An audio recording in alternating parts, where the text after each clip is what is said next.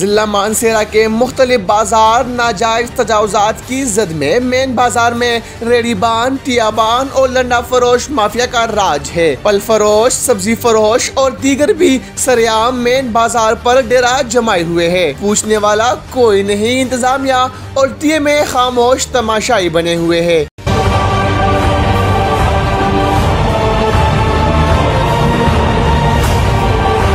मानसेरा के कश्मीर रोड, लारी अड्डा, बेदरा रोड और कालज दोराहा समेत दीगर इलाका जात में आरजी और पुख्ता तजावुजात से शहरियों की जिंदगी अजीरन होकर रह गई है। टियाबान, रेड़ीबान और लंडे का सामान बेचने वालों ने पूरे शहर को अपनी लपेट में ले रखा है। बाजार में दाखिल हो तो ऐसा लगता है कि जैसे आप किसी सियासी जुमात के बड़े जलसे में दाखिल हो गए हैं। खवातीन और बुजुर्गों का पैदल चलना तो मुहाल हो चुका है। रही सही कसर बाजार में दुकानदारों ने निकाल दी है, जिन्होंने अपनी दुकानों के सामने टीए लगवा रखे हैं, जिसके बाइस बाजार सुकड़ कर रह गए हैं। शहरियों का कहना है कि इन कब्जा माफिया को जिली इंतजामिया और टीएमए की मुकम्मल सरपरस्ती हासिल है। उन्होंने हुकूमती वक्त से पुरजोर मुतालबा किया है कि मानसेरा के शहरियों को फिलफोर नाजायज तजावुजात के अजाब से निजात दिलाई जाए और रेड़ीबानों और टियाबान तबके को पाबंद किया जाए कि मेन बाजार और शहर रेशम रोड को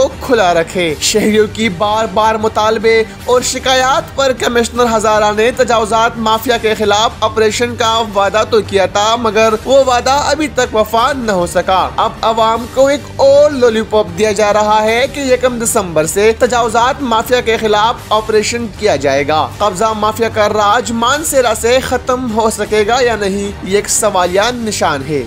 शिराज अहमद सिराजी, मानसेरा।